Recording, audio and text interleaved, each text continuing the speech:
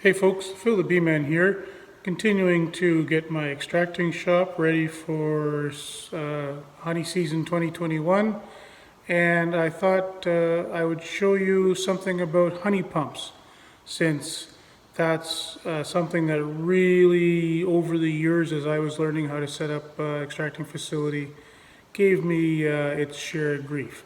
So I'm going to take you through I've got a few pumps out, some I currently use, some I don't, and show you some of the differences, good and bad, of different styles and so on. So I'll flip the camera around and get going on that. So first we have a beautiful little pump.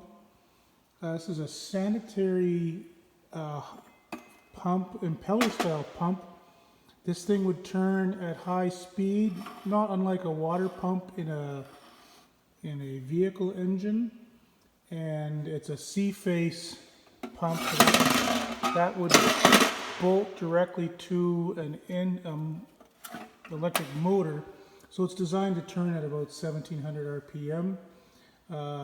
All stainless steel, perfectly sanitary, but really not a very good honey pump, because at that speed it's going to really just turn that honey into whipped cream and not into it's not going to pump it very well. Honey is extremely viscous, heavy fluid, and so high-speed pumps that you'd use for water or for other liquids, not great. Unless, if the honey was quite warm, that pump would probably work okay, but not really great for honey house use. I'll show you these, not necessarily in the order in which you're sitting here. Let's look at this one next. This is a Jabsco pump. And a couple things we'll look at here. First of all, speed reducer, engine, and then a speed reducer. This is I think 20-to-1 reducer. And so that gets your pump turning at a speed that's quite reasonable, doesn't whip the honey, doesn't inject lots of air into it. And this is a rubber impeller pump. This black thing here in the middle is a rubber impeller. I got one kicking around here somewhere.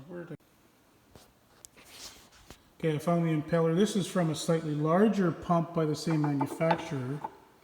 This is a Jabsco pump. And that rubber impeller turns ideally about 100, 120 times a minute. And that pump has a slight inflection in the circle that bends those tabs of that impeller over as it goes around. So you can think of it as, so it comes around, those little leaves open, catch some honey, come all the way around the circle, and then when it closes again, the honey has to leave. And so the honey comes in, around, and out. And it's kind of just turning, about that speed. And that's a very effective, high quality pump. This one is 1.25 inch intake.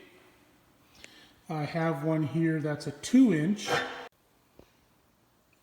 All of these pumps need to be made out of sanitary material. This one's brass. That's pretty common in honey houses to have brass pumps. Either the Vikings or the Jabsco pumps are typically brass. I've got a Jabsco here that's all stainless. This is out of a former dairy facility. And this is a really sweet pump. And then, of course, only the drive part of this is from the dairy plant. I've had to adapt. And here I have the motor, the gear reduction connected by a pulley, direct drive to the pump itself. And then it has that same offset. So that rubber impeller fits inside of here, and that slight deflection between here, so it goes around And this little extra thickness here is enough to compress those rubber veins on that impeller and squeeze the honey out. And the whole thing fits together, very easy to clean out because it all comes apart. It's held together with a clamp and a cover, and this fits onto the pump. So that's a really sweet pump, but pretty high capacity. That's I'm setting that up for like 20 barrels a day. Smaller beekeeper might want a gear pump like this. This is a nice little brass one. And the principle is the same. That the gears, in this case it's 2 gears that create a void by turning into each other. And so when those 2 gears are intermeshed, there's no room for the honey. And so it displaces the honey. So the honey goes in one side, travels either above or below, and out the other side. And that's a very nice little pump. I think I bought that at an auction and have never used it. Probably that's the sort of pump I always wished I had back when I was small enough to need a 1-inch pump. I think this is likewise a slightly larger Jabsco, brand new, never used. But you never know when you might need something like that.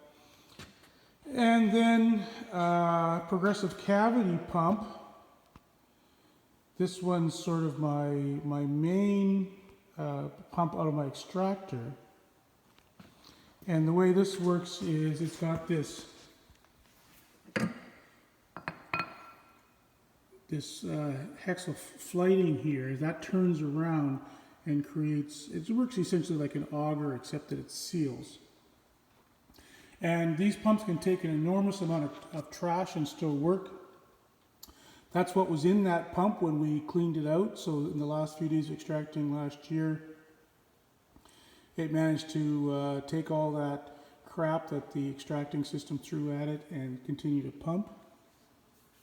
And this one also has that same gear reduction sort of setup, but this one has an electronic speed control. And you might ask yourself, if it's got the electronic speed control, why does it still have to have a gear reduction? Even if you've got speed control, which allows you to determine more or less the speed you want, your engine still has to turn quick enough for that fan to cool itself. You'll burn that motor out pretty quick if you run it too slow. So if you only want 10 RPMs, you still need to run, a few hundred RPM on your motor to have that fan cooling that motor properly.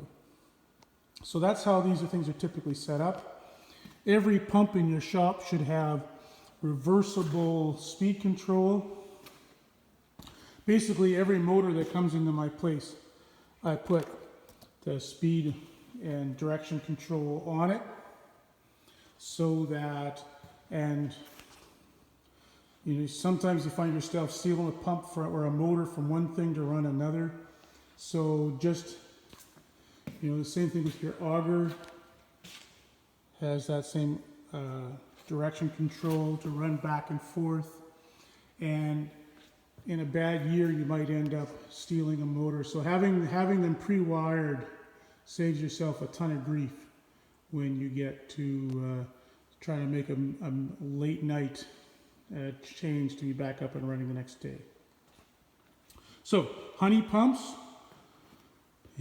make sure they're sanitary, of non-ferrous material, either brass or stainless. I guess aluminum would work too, although I haven't seen any aluminum ones.